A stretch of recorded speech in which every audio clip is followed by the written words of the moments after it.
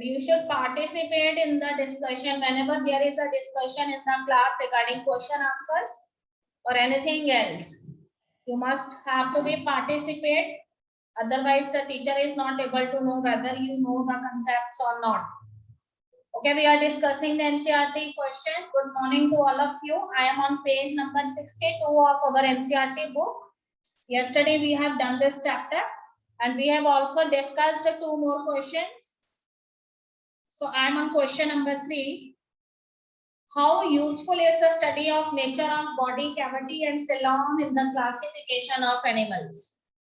Yes, बेटे आपसे ये पूछा गया है कि जो बॉडी कैविटी है जिसे हम सिलोम कहते हैं उसका क्लासिफिकेशन में क्या इंपॉर्टेंस है? हाँ जी, can anybody want to give the answer? Yes children,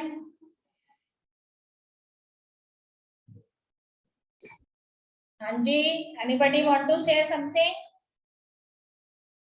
this is the first class जिसमें कोई भी स्टूडेंट डिस्कशन नहीं करता है। अभी 12th क्लास होती है तो सभी बच्चों ने बोलना था।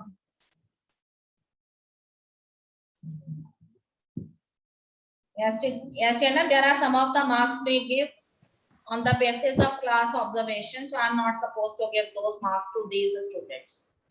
If I have to give the answer only, this means the students, they are the passive listeners only, so they are not awarded any of the marks in internal assessment. Okay, children, question number 3. हाँ जी. Ma'am, the study of the coelom indicates that whether the animal is acoelomate or pseudocoelomate. Okay. And what about those animals who are acoelomate? आप जो animals acoelomate हैं उसके बारे में आपको क्या पता लगता है coelom की प्रेजेंस और एब्सेंस से? These are without coelom. हाँ जी, वो तो है, they are without coelom. But if the animal is a acoelomate animals and the body cavity is not fully developed, this means the animal have primitive type of features. ठीक है, तो animal जो है उसका एवोल्यूशन जो है वो जल्दी हुआ है, इसीलिए उसके अंदर जो है प्रिमिटिव फीचर्स प्रेजेंट हैं, बॉडी कैविटी डेवलप नहीं है. Okay, another very important thing is if the animal is pseudocoelomate, then also you know that the coelom cavity it is surrounded by the middle layer mesoderm. Instead of mesoderm, mesogyria is there. This means also if the mesoderm layer is also not well developed, so this also indicates the primitive nature of the animal. Okay, but whereas in advanced type of animals, a true coelom is there. ठीक है, so if true coelom is there, this means animal is an advanced one. और body जो है उसकी कैसी है, multi cellular है and evolution के बेसिस पे that animal appears later on. So actually this kind of answer he wants from us. Okay, now question number 4, distinguish between intracellular and extracellular digestion. Yes, but intracellular, Gurleen. Yes, ma'am. Ma'am, the basic difference is that in intracellular digestion, all of the process occurs inside the cell, and the digested waste is also like excreted through the cell walls only. And in the extracellular digestion, the process occurs outside through a canal or a well-developed system. Extracellular में outside तो रहेगा, well developed system कैसे होगा? Like a cavity or a canal. Through alimentary canal. देखो बड़े simple सा word है, ठीक है? Intracellular digestion means if the digestion it takes place inside the body of the organism. This means so many enzymes are involved in the process of digestion. The animal engulfs the whole material inside the body, ठीक है? Where the digestion has to be occur, and here so many enzymes are there. ठीक है, तो इसमें digestive juices secrete होंगे, enzymes उसमें present होंगे and these enzymes will later do the breakdown of the complex food into the simpler one. Whereas in case of extracellular digestion, half of the digestion it takes place outside the body. ठीक है, तो यहाँ पे देखो कैसा होता है, देखो एक्स्ट्रा सेलुलर डाइजेशन वर्ड हमने पहले भी सुना है अमीबा के केस में भी, इफ यू रिमेम्बर. ठीक है, विद द हेल्प ऑफ सुडोपोडियास, तो अमीबास क्या करते हैं, वो कैच कर लेते हैं, कैप्चर कर लेते हैं देयर फूड मटेरियल. ठीक है, by false feet. If you remember, they form food vacuoles outside their body, and here from the body, okay, enzymes they are secreted inside this food vacuole.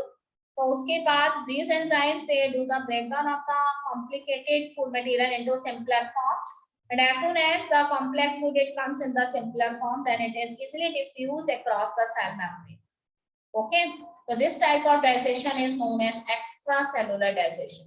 Extracellular digestion जो है वो primitive organisms का feature है, intracellular digestion जो है वो advanced organisms का feature है. Okay, now question number 5 is what is the difference between indirect and direct development. Yes बेटे, other students can also participate. बेटे बाकी बच्चों ने भी तो पूरा लेक्चर सुना है. Why they are not able to speak? ये तो आपका अपना टीचर पूछ रहा है. अगर आपसे एक्सटर्नल पूछेगा वाइवा तो आप उसके सामने खामोश बैठ जाएंगे क्या? हाँ जी सचनीत बोलिए. यस बेटे सचनीत स्पीक अप.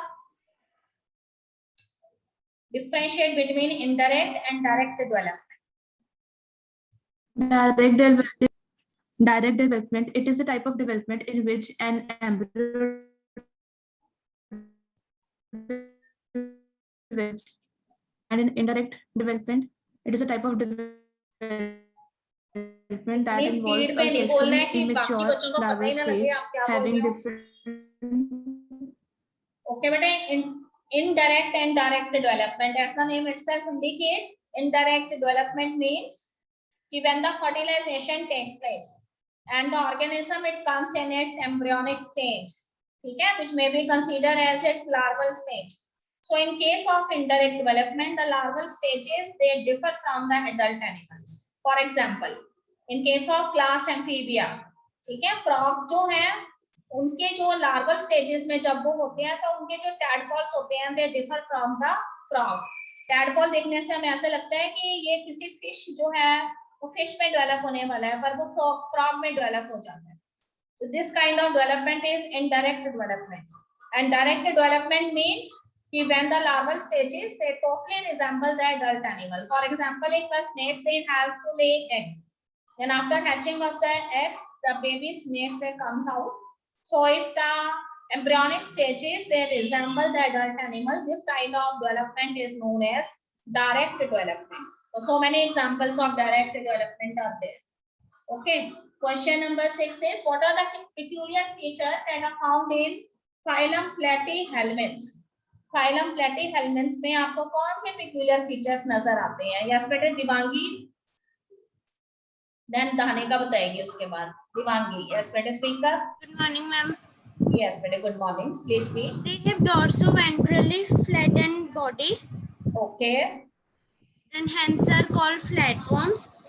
हाँ Hooks जी, and suckers are present which absorb nutrients from directly from the host. Yes बेटे. Flame cells are present which helps in osmoregulation and excretion. Yes very good. ठीक है बेटे peculiar. हाँ जी और बोलिए. हम इतने पॉइंट्स लिखे थे. ओके बेटे. यस बेटे peculiar features का मतलब है as when we have discussed the phylum Platyhelminths known as flatworms. तो फर्स्ट लाइन हमारी यही थी कि members of Platyhelminths they are actually the parasites. ठीक है, ये parasites होते हैं, endoparasites होते हैं, means they enter into the body of the host organism and they utilize the metabolic machinery of the host, ठीक है, for their own metabolic activities. तो देखो इसमें सबसे इम्पोर्टेंट बात है कि यहाँ पर hooks and suckers present है जो किसी भी parasitic animal के features हैं. ठीक है, with the help of hooks they attach with the body of the host and with the help of suckers they suck non-stop blood from the body of the host. Another very important thing is because suckers are there so digestive system is poorly developed, क्योंकि इन्हें digestive system की जरूरत ही नहीं है, वो host के ऊपर dependent है अपने digestion अपने nourishment के लिए. ठीक है, another very important thing is specialized type of flame cells are there which are not only doing the task of excretion but osmoregulation is also carrying side by side. Another important thing is because it is a parasite, so body is dorso-ventrally flattened so that कि जो भी host organism है वो easily identify ना कर सके, उसे कोई नॉन लिविंग चीज समझ ले, and in this way they get attached in the body of the host organism and they act as a parasite. तो पैरासाइट के सक्सेसफुल होने के लिए वो एक तरह से धोखा देता है होस्ट को, ठीक है बेटे। इसके अलावा देखो another very important thing is कि जो भी एक पैरासाइट के करेक्टर होते हैं ना वो हमें यहाँ पर जो है नजर आ जाते हैं प्लेटिहेल्मिन्थ्स में, ठीक है। तो उसके बाद देखो फर्टिलाइजेशन जो है इनकी इंटरनल फर्टिलाइजेशन है, क्योंकि जैसे ही they utilise the metabolic machinery of the host, they are the host is providing abundance of nourishment to them, so their rate of multiplication is very fast. For example, in case of Taenia solium, which is known as tapeworm, ठीक है, rate of multiplication बहुत fast होता है, with in a few seconds animal जो है वो colonies of cell बना लेता है और अपनी लेंथ जो है इसको इंक्रीज करता रहता है, ठीक है बेटे। तो उसके बाद देखो रीजनरेशन कैपेसिटी बहुत ज्यादा है, if the animal is cut into different pieces, ठीक है, बॉडी के अगर अलग अलग पीस भी हो जाते हैं तो no problem, each and every piece is able to generate the whole body, ठीक है। तो किसी भी तरीके से whatever kind of conditions they are facing in the environment, ठीक है, तो they have extreme capacity to regenerate the missing body parts, and that is also a reason behind their successful life span. So you have to write down these features. बाकी सारे advance feature इनमें present हैं, triploblastic है, ठीक है, embryonic layers well develop है। उसके बाद देखो बाइलेटरल सिमेट्री है, all of these things they are the advanced features. Now see the next one. Yes children, next question is I'm on question number 7 bete. What are the reasons that you can think of the arthropods to constitute the largest group of the animal kingdom? ठीक है बेटे, क्या कारण है कि भाई arthropods जो हैं वो एनिमल किंगडम में सबसे लार्जेस्ट ग्रुप रखते हैं और इतने सक्सेसफुल हैं अपने लाइफ स्पैन में? हाँ जी बेटे, आर्शिया बताइए। यस बेटे, Arshia. Good morning, ma'am. Good morning बेटे, good morning. Arthropods are the first phylum to have well-developed system. Their survival capacity is greater than other organisms. This helps them to survive in diverse conditions. This is the reason why arthropods are the largest among the animal kingdom, as they have distinct system of respiration, locomotion, and reproduction. Very good बेटे, very good. देखो बेटे, सबसे पहले ही पहली line में ही लिखा हुआ है कि आर्थ्रोपॉड्स जो हैं उनकी जो, अगर आप उनकी बॉडी की बात करते हैं, ठीक है बेटे, तो body is made up of a tough kind of carbohydrates coating which is known as chitinous exoskeleton, ठीक है। काइटन जो है वो कार्बोहाइड्रेट का ही एक टाइप होता है, तो काइटिनस एक्सोस्केलेटन उनके अंदर प्रेजेंट है, जिस वजह से काइटन जो है उसकी जो स्ट्रेंथ बहुत ज्यादा होती है, तो एनिमल इजीली सर्वाइव कर जाते हैं। देन देखो जॉइंटेड अपेंडेजेस आर देयर, ठीक है।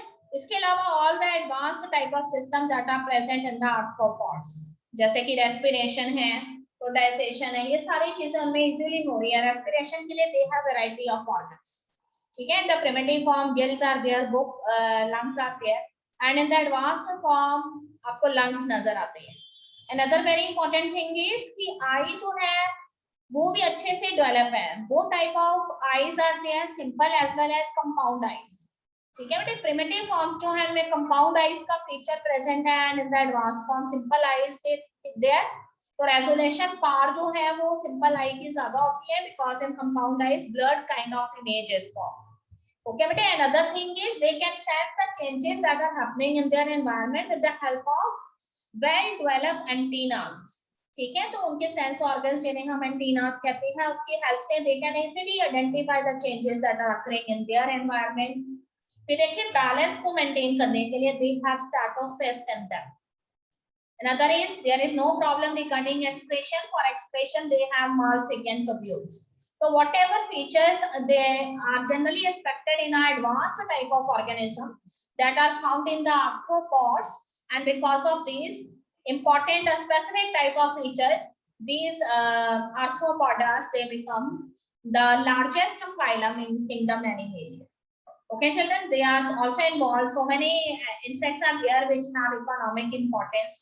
तो आपको पता है उसमें बहुत सारे जो हैं आ जाते हैं, जैसे बॉम्बैक्स मोराई है, ठीक है, एपिक्स इंडिका, हनी बी जिसे हम कहते हैं, लैकीफर लैक इंसेक्ट्स होते हैं जो कि ह्यूमन वेलफेयर के लिए भी इंपॉर्टेंट है। ओके चिल्ड्रन, नेक्स्ट देखेंगे क्वेश्चन नंबर 9 पे आ गए हम, नहीं 8 पे, यस बेटे 8 पे आ गए हैं। Water vascular system is the characteristic feature of which group of the following? Everybody knows, ठीक है, कॉर्डेटा, पॉरीफेरा, टिनोफोरा और इकाइनोडर्मेटा। हाँ जी बेटे, आंसर इज इकाइनोडर्मेटा। ठीक है, वाटर वेस्कुलर सिस्टम प्रेजेंट है। कुछ बच्चे सोच रहे पॉरीफर्स में भी तो कैनाल सिस्टम था, पर because here is talking about water vascular system, so it is the unique feature to echinodermata. और आपको उसका रोल भी मालूम है, water vascular system not only involved in the process of this nutrition, ठीक है, not only bring the food particles as well as dissolve oxygen within the body of the animal, but it is also involved in the removal of the nitrogenous waste product, that is excretion. Okay children, question number 9, very easy. All vertebrates are chordates, but all chordates are not vertebrates.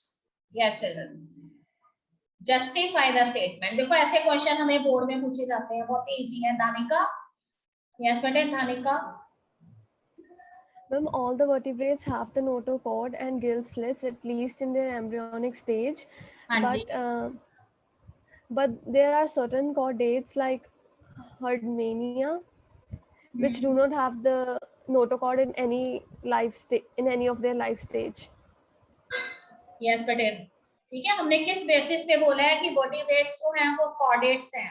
तो देखो बेटे simple सी बात है कि vertebrate, अगर हम phylum Chordata की बात करते हैं तो as I have also discuss with you in the classification that chordates they are divided into 3 sub phylums, ठीक है, इफ यू रिमेंबर। उसमें मैंने आपको कहा था सब फाइलम ट्यूनिकेटा है, then cephalochordata is there, okay, and third one is the sub phylum vertebrate. But what do you see in case of urochordates and in case of tunicates?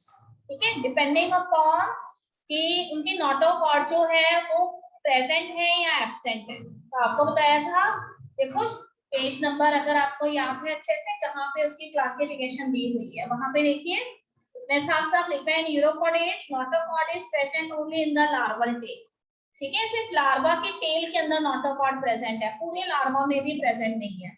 और इसी तरह से सेफेलोकॉर्डेट्स में हेड से लेके tell तक present है and is persistent throughout the life. पर वर्टिब्रेट्स के अंदर अगर हम बोलते हैं तो notochord is well developed and later it is replaced by spinal cord, और spinal cord is associated with the vertebral column also. The presence of vertebral column along with the spinal cord is the characteristic feature of subphylum Vertebrata. ठीक बेटे, तो notochord जो है वो अच्छे से develop है और नोटोकॉर्ड की प्रीलिमिनरी फॉर्म नहीं है, उसकी एडल्ट मतलब स्टेज पे वो आ गई हुई है, वो स्पाइनल कॉर्ड का उसने रूप ले लिया है।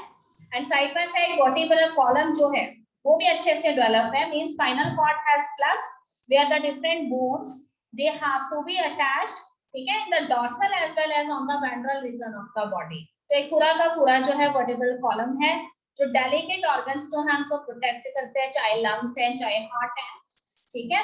तो इस तरह के फीचर्स जो है they are unique to the vertebrates and they are not very much found in case of other phylums, ठीक है, अदर सब फाइलम्स लाइक यूरोकॉर्डेट्स और सेफेलोकॉर्डेट्स। So that's why we call this statement that all vertebrates they are chordates, but all chordates are not vertebrates. Okay children, another question. See the next one. How important is the presence of air bladder in Pisces? Okay, you have learned class super class Pisces, and there are two classes, chondrous thighs and ostrich thighs. What is the significance of air bladder? Yes, Pete Gulin.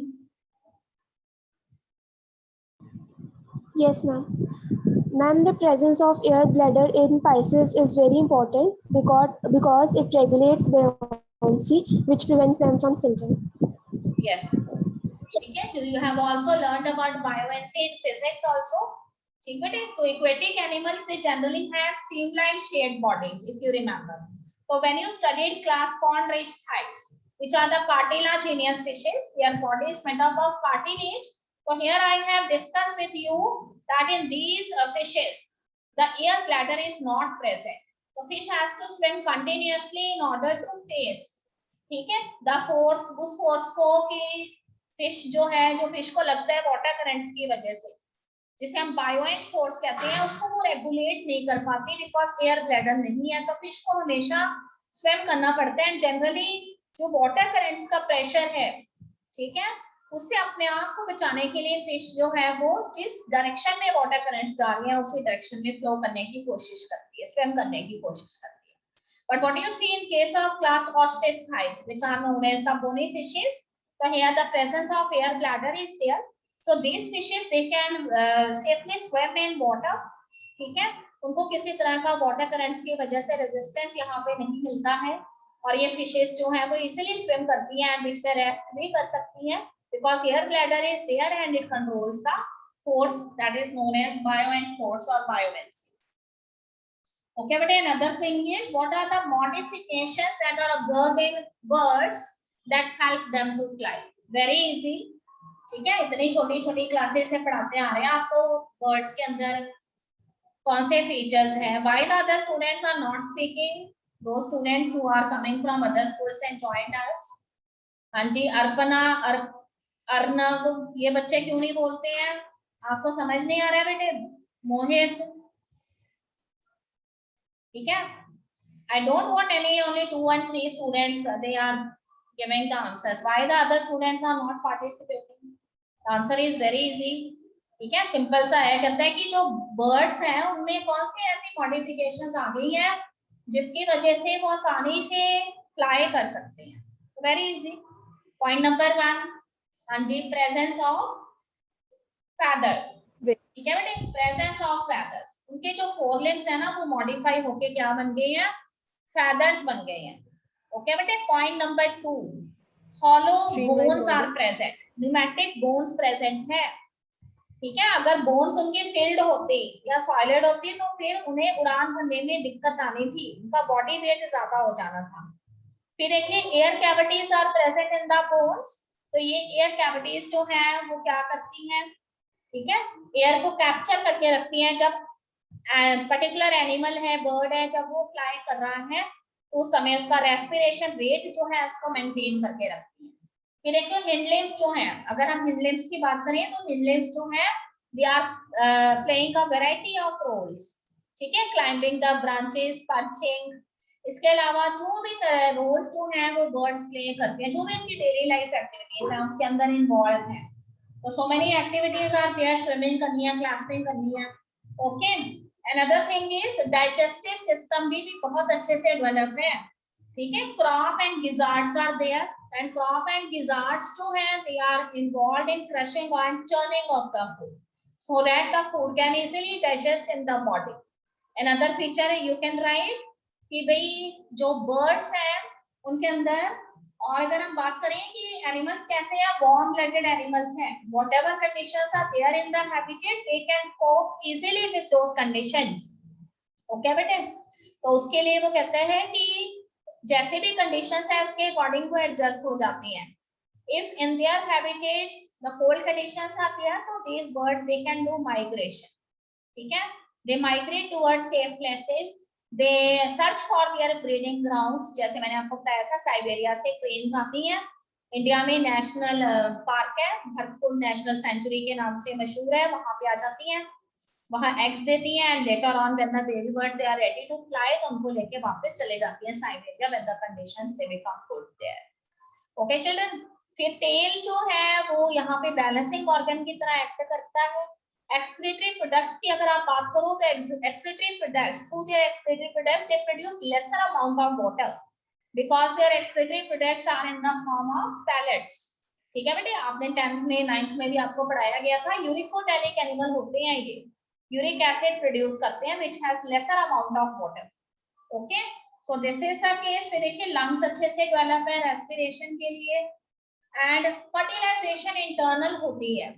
ठीक है, fusion of male and female gamete it occurs in the body of the female bird. और eggs जो है उसके लिए nest बनाते हैं. तो इनके अंदर जो पैटर्नल केयर का फीचर होता है कि अपने एग्स की केयर करते हैं, नेस्ट बनाते हैं, then they give their eggs in those nest. Okay, all of these features they make this class a very special one. So you can write this point. Okay, children, next is put the number of eggs of the young ones produced by an oviparous and viviparous mother be equal. ठीक है, ये थोड़ा सा logic वाला question है। तो कहते हैं कि अगर हमारे पास एक ओविपेरस मदर है और अगर हमारे पास जो है एक विविपेरस एनिमल है, तो बताइए कि भाई ओविपेरस एंड विविपेरस एनिमल्स जो हैं, ठीक है, उनमें एक्स के नंबर के बारे में या फिर वो अगर बेबीज को भी बर्थ देते हैं विविपेरस हैं, तो क्या वो डिफर करेंगे? हाँ जी बेटे, मंजोत, यू कैन स्पीक बेटे। Yes, ma'am. Ma'am, no, the number of eggs would not be equal in oviparous and viviparous animals because in oviparous animals, the eggs are laid outside the body and the mother lays large eggs in large numbers. But in viviparous animals, the egg is produced inside the mother's body and thus the eggs produced are less in number. Yes, बेटे, very good. ठीक है, तो आपको कल मैंने एक word भी बताया था, तो विविपेरस एनिमल्स जो होते हैं उनके केस में जो है they have to give birth to the babies. तो उस केस में वो कहता है कि जनरली जो फर्टिलाइजेशन होती है वो इंटरनल फर्टिलाइजेशन होती है, ठीक है। एंड जो भी हमारा एनिमल है जब वो एम्ब्रियोनिक स्टेज पे भी होगा तो वो एनिमल जो है वो मदर की बॉडी के अंदर ही अच्छे से डेवलप होता है। And when the fully develop animal is, ठीक है, बिकम्स रेडी, तो उसको जो है बॉडी में से रिलीज किया जाता है, रिलीव किया जाता है। पर अगर एनिमल ओविपेरस है तो in that case oviparous animal can ले मेनी एग्स, ठीक है। फॉर एग्जांपल रेप्टिलिया के केस में आपने देखा है, बर्ड्स के केस में भी, तो ज्यादा से ज्यादा एग्स जो है वो एनिमल्स जो है वो दे सकते हैं। पर विविपेरस एनिमल्स कंपैरेटिवली जो है लेसर जो है बेबीज जो है उनको प्रोड्यूस करते हैं, ठीक है बेटे। पैटर्नल केयर जो है विविपेरस एनिमल्स में रहेगा। ओविपेरस एनिमल्स जो हैं वो अपने एग्स जो हैं वो सेफ प्लेसेस पे रखते हैं, though they place their eggs on safe places but their eggs are more vulnerable to the predators. Okay children, तो यहाँ पे हम लिख सकते हैं कि इसलिए number of eggs produced by oviparous mother is greater as compared to the young ones that are produced by the viviparous, and the main reason is the need of resources required for development of the embryo, ठीक है। Embryo के development के लिए जो भी necessary requirements हैं viviparous animal की body के अंदर भी सारा कुछ होता है, तो in that case this requirements are easily satisfied. पर ओविपेरस एनिमल्स जो हैं उनकी एम्ब्रियो का डेवलपमेंट जो है वो outside the body of the animal रहता है, एग्स को अपने दे देते हैं, ठीक है। तो कई बार एग्स जो है उनको कुछ ऐसी एनवायरमेंटल कंडीशंस फेस करनी पड़ सकती है जो कि उनके लिए सुटेबल कंडीशंस नहीं है, तो उस केस में कुछ एग्स जो हैं वो डैमेज हो सकते हैं, चाहे उन्हें प्रेडेटर्स डैमेज कर रहे हैं, चाहे वो एनवायरमेंटल कंडीशंस की वजह से सरवाइव ना हो सके, ठीक बेटे। तो उसके बाद हाँ जी मैम, डॉग्स का केस भी विविपेरस के अंदर ही आएगा? विविपेरस में आएगा बेटे, बस कंडीशन पॉलीस्पर्मिक होगी। मैंने आपको बताया था कि मैन के अंदर मोनोस्पर्मिक कंडीशन होती है, one sperm is going to fertilize the egg, और जो डॉग होते हैं उनके अंदर पॉलीस्पर्मिक है, काफी सारे स्पर्म्स जो है वो एग्स को फर्टिलाइज कर सकते हैं, इसलिए एक ही टाइम पे जो है वो एक से ज्यादा जो है एनिमल्स को बर्थ देंगे, ठीक है। तो जनरली उसने एक कॉमन एक क्वेश्चन पूछा आपसे, फिर भी देखो एग का नंबर जो है वो ओविपेरस में फिर भी कंपैरेटिवली विविपेरस एनिमल्स से ज्यादा एक्टिव होता है, ठीक बेटे। ओके। हाँ, उसके बाद देखो हम अगले क्वेश्चन पे आ गए हैं, question number 13, very easy. Segmentation in the body is first observed in which of the animal? कौन से एनिमल्स में सेगमेंटेशन सबसे पहले देखी गई और ज्यादा देखी गई, बताइए। यस बेटे, Arshia. Ma'am, Annelida. Yes, it is phylum Annelida, क्योंकि फाइलम एनिलिडा में मैक्सिमम सेगमेंट्स हमें नजर आती है। मैंने आपको बताया था कि in these segments the important vital organs of the animal is also there, ठीक है। तो कईयों के अंदर एक्सक्रीटरी पोर्स प्रेजेंट है, तो कईयों में आपको बताया था कि एनिमल जो है उसके एनल पोर्स है, उसके कॉपुलेटरी ऑर्गन्स हैं, कईयों के अंदर जो है कुछ खास तरह के ग्लैंड्स प्रेजेंट हैं। तो ये सेगमेंट्स जो है they are not only the major designs that are present on the body surface, but they are also contain some of the important vital organs that are performing important activities. So metameric segmentation is first seen in phylum Annelida, though it is also present in arthropodas, ठीक है बेटे। arthropodas के अंदर भी present है पर उतने हद तक नहीं है जितना कि एनिलिड्स में। अब देखिए मैच का कॉलम है, मैं ही बताती हूँ ठीक है बेटे, ऊपर कॉलम को अगर हमें मैच करना है तो ऊपर कॉलम जो है उसको हम गिल कवर के नेम से जानते हैं, तो आप उसको मैच कर देंगे ऑस्टिच थाइस क्लास के साथ, ठीक है, जिसे हम बोने फिशेस की क्लास कहते हैं। अगर आपने अच्छे से रीड किया देन यू नो दैट इसमें गिल्स जो है it is covered by gill covers which are known as operculum. Parapodia को अगर आपने मैच करना है तो you have to match parapodia with Annelida because there is one aquatic annelid known as Nereis and उसके अंदर पैरापोडियाज उसके hand edges होते हैं जिससे वो स्विम कर पाती है, ठीक है। अगर आपने स्केल्स को मैच करना है तो आप स्केल्स जो है उसको मैच कर सकते हैं according to me class reptilia के साथ, क्योंकि उसमें एपिडर्मल स्केल्स प्रेजेंट होते हैं ड्राई हॉर्नी बॉडी के ऊपर, ठीक है। तो स्नेक्स में कैमलियंस में आपने इस तरह के स्केल्स देखे हुए हैं। If you have to attach complex, that is D part, तो complex को आप मैच कर देंगे phylum Ctenophora के साथ, तो 8 pair of complex related complex present होती है, ठीक है। अगर आपको एग्जांपल याद आ रहा है सी वॉलनट का, उसमें आपने देखी हुई है 8 पेयर ऑफ complex होती है। रेडुला, रेडुला जो है एक माउथ लाइक ऑर्गन होता है, अगर आपको याद आ रहा है, और हमने ये कहाँ पे सुना था, मलस्का में सुना था, जिसमें आपको बताया था mouth like rasping organ is there which is known as radula. Hairs जो है वो मोस्टली कहाँ पे होंगे, तो आपको पता है कि क्लास मेमेलिया का कैरेक्टरिस्टिक फीचर है प्रेजेंस ऑफ हेयर्स। ओके बेटे, उसके बाद है कोएनोसाइट जिसका दूसरा नेम है कॉलर सेल्स। तो कॉलर सेल हमने कहाँ पे सुने हैं, हमने फाइलम पॉरीफेरा में ही सुने हैं कि उसके अंदर जो स्पॉन्जोसेल कैविटी होती है उसके आसपास कॉलर सेल्स प्रेजेंट होते हैं जिन्हें कोएनोसाइट्स कहते हैं, ठीक है बेटे। गिल स्लिट्स आपने कहाँ पे वर्ड सुना हुआ है, तो गिल स्लिट्स हमने साइक्लोस्टोमेटा में भी सुना है, ठीक है। 6 to 5 gill slits are there and class Chondrichthyes में, जिसको हम कार्टिलाजिनियस फिशेस कहते हैं, उसमें भी गिल स्लिट्स होते हैं। गिल स्लिट्स जो है वो स्पेशल टाइप ऑफ प्लेसेस हैं जहाँ पे गिल्स प्रेजेंट होते हैं, but these gills are not covered by operculum in case of Cyclostomata and Chondrichthyes. Okay बेटे, उसके बाद एक जनरल सा क्वेश्चन आपसे पूछा गया है कि prepare a list of some animals that are found parasitic on human beings. तो so many complete list of animals are there, ठीक है। You can select the animals according to your choice. तो काफी एनिमल्स हो सकते हैं, देखो अगर इसी चैप्टर में से मैंने लेने होते तो वन इज एस्कैरिस लुम्ब्रिकॉइड, ठीक है। कौन से फाइलम को बिलोंग करता है, फाइलम एस्केलमेंट्स को, राउंडवॉर्म जिन्हें हम कहते हैं, डिजीज कॉज करता है स्कैरियसिस, ठीक है। उसके बाद हमारे पास है वाउचेरिया, वाउचेरिया वैनक्रॉफ्टी इसका फुल नेम, ठीक है। एंक्लोस्टोमा ड्यूडिनेल, ये सारे के सारे जो मैं नेम ले रही हूँ ना ये पैरासाइट के हैं। Taenia solium that is tapeworm, then Fasciola hepatica जो कि प्लेटीहेल्मिन्थ्स को बिलोंग करता है, लिवर फ्लू जिसे हम कहते हैं। So you can give the name of these 5 animals: Ascaris, Vaucheria, ठीक है बेटे, Ankylostoma, then Taenia solium, and then Phasacola hepatica। अगर आपको पूरा नेम याद नहीं होता तो आप शुरू का नेम याद रखें, टेपवर्म के लिए टेनिया वर्ड यूज कर सकते हैं एंड Phasacola वर्ड जो है liver fluke. Okay children, so this completes our this chapter. We have revised the NCERT also. सो आपने इस चैप्टर को इसी संडे रिवाइज कर लेना है ताकि आपके माइंड में बिल्कुल सारी फाइलम्स जो है वो फ्रेश रहे, क्योंकि इसी पे बेस्ड है हमारा इंटायर प्रैक्टिकल का एक पूरा का पूरा सेक्शन, ठीक है। Lot of specimens are there in class 11 and you also have to memorize the classification of each specimen. तो इसीलिए आपको बोला है कि as soon as you come to school we will do the practical part, and lot of practicals are there in class 11 as compared to class 12.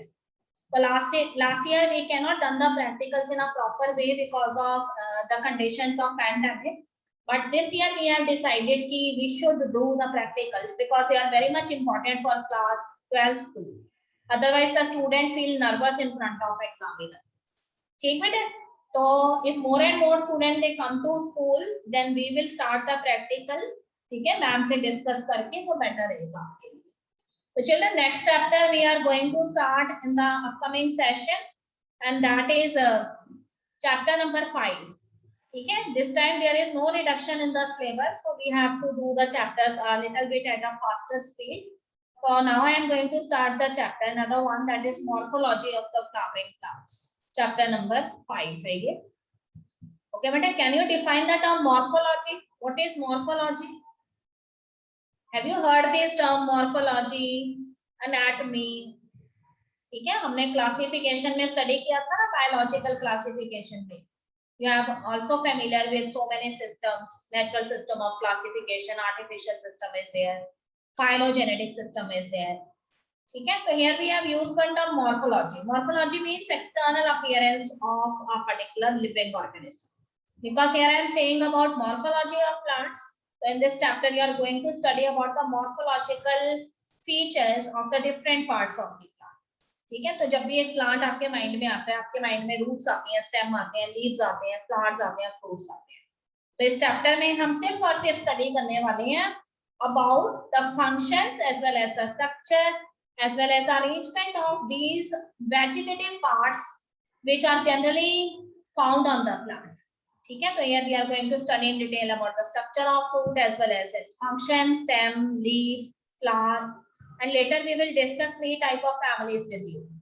ठीक है, तो उसमें फैमिली लेगुमिनोसी, सोलेनेसी एंड लिलियसी, ये 3 फैमिलीज, बोटेनिकल फैमिलीज आपके पास साथ जो है हम स्टडी करेंगे. तो बहुत ही इजी चैप्टर है. We have also prepared a colorful presentation of that chapter that is playing an important role in comprehension of this topic to you. ठीक है, तो कल स्टार्ट करेंगे. अभी बिल्कुल 1 मिनट रह गया, आई थिंक सो.